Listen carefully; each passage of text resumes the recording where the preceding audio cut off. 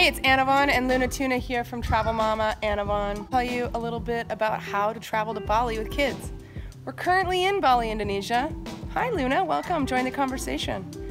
I'm about to give you one of my best travel tips for kids. It's really easy to come to Bali. You can do it by yourself with kids. This is one of the easiest places in the world to travel with your children. And I'm gonna teach you how to make it even easier today in this video. Are you ready, Tuna? Yeah? ¿Estás lista?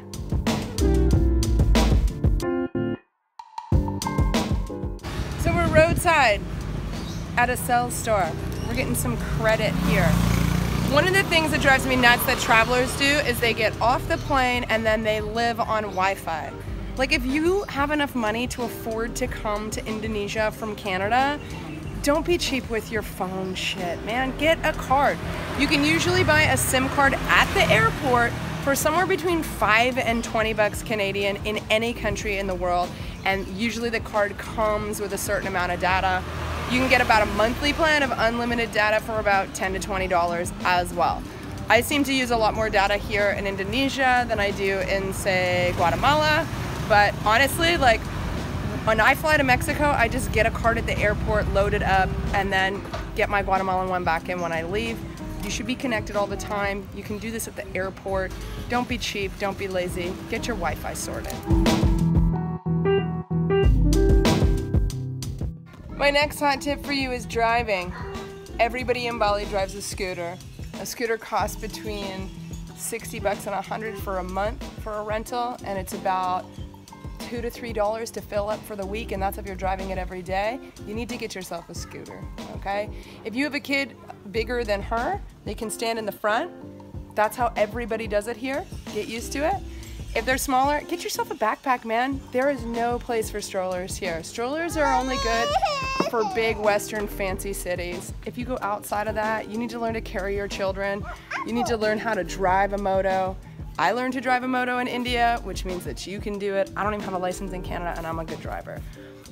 The good news is you can drive on the side of the road going 20 here, and no one's gonna honk at you or mess with you. They know you're a new driver. They can tell by how you're driving. Also, nobody drives more than 40, so as far as I'm concerned, I can take an accident at 40. Just go slow, stay on the side, be careful, learn to drive a scooter. It will change your life here. I do it with her, you can do it. Something I can't stress enough when you're traveling with kids is keep it simple, you know? We rent a place without a pool because we don't need one every day. We have a little trampoline, it's really kid friendly. And instead we just like find places where we can kind of come and hijack the pool for an hour.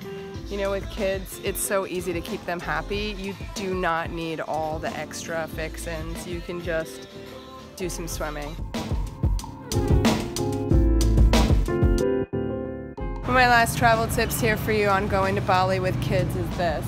You should always travel with tempura or a Tylenol. If you've got little kids like me, Luna's still under 2, she teethes and it comes out of nowhere and she spikes these teething fevers. And you know, they can happen on a plane, they can happen at the airport, they can happen on a layover, they can happen in the middle of the night and you don't know where to go.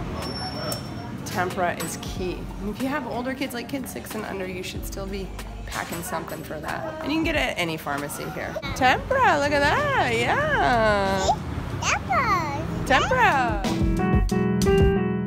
So the last thing you gotta really look out for when you're traveling is this. Try to be mindful about how much garbage you're creating.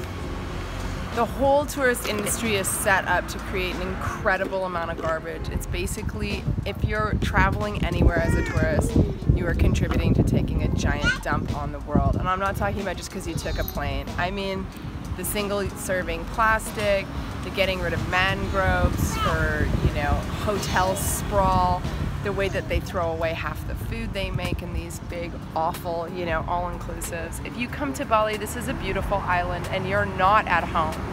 So be a good house guest, you know, do your part, do as much as you can. We travel with fold-up bags, you know. I never use plastic bags anywhere. I take a bag with me.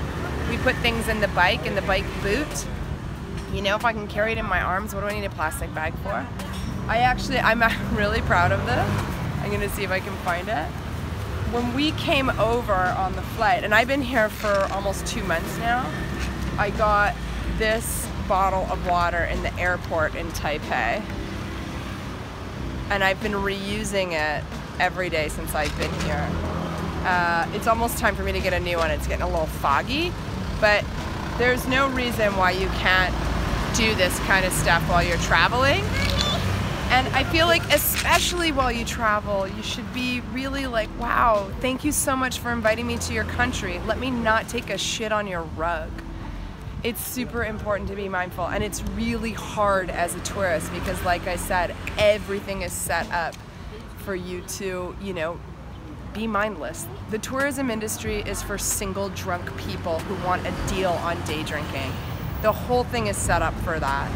And if you're traveling with kids, get out of the tourist areas, get into more local areas, work a little bit harder, be a bit more mindful, try to eat at locally owned places, stay in locally owned hotels or Airbnbs, and just like put some money into the economy, into the pockets of the people that actually live there and not companies that are foreign nationals. And you know, watch your plastic, man. You can always say, no thanks, I don't want a straw in my drink. Nothing's stopping you. If you really like exploring the world with these little guys, try to keep it as beautiful as possible so that when they grow up, there's something for them to show their kids. And that's the end of my diatribe on that. If you have some great travel tips that maybe I didn't say or questions, leave them below. Thanks for watching. Oh, and we have a YouTube channel. It's all about eating tempura all over the world. It's about traveling as a single parent all over the world, and it's called Travel Mama Anna Vaughn. Thank you so much for having us. Say bye-bye, Luna. Say adios. She's so happy.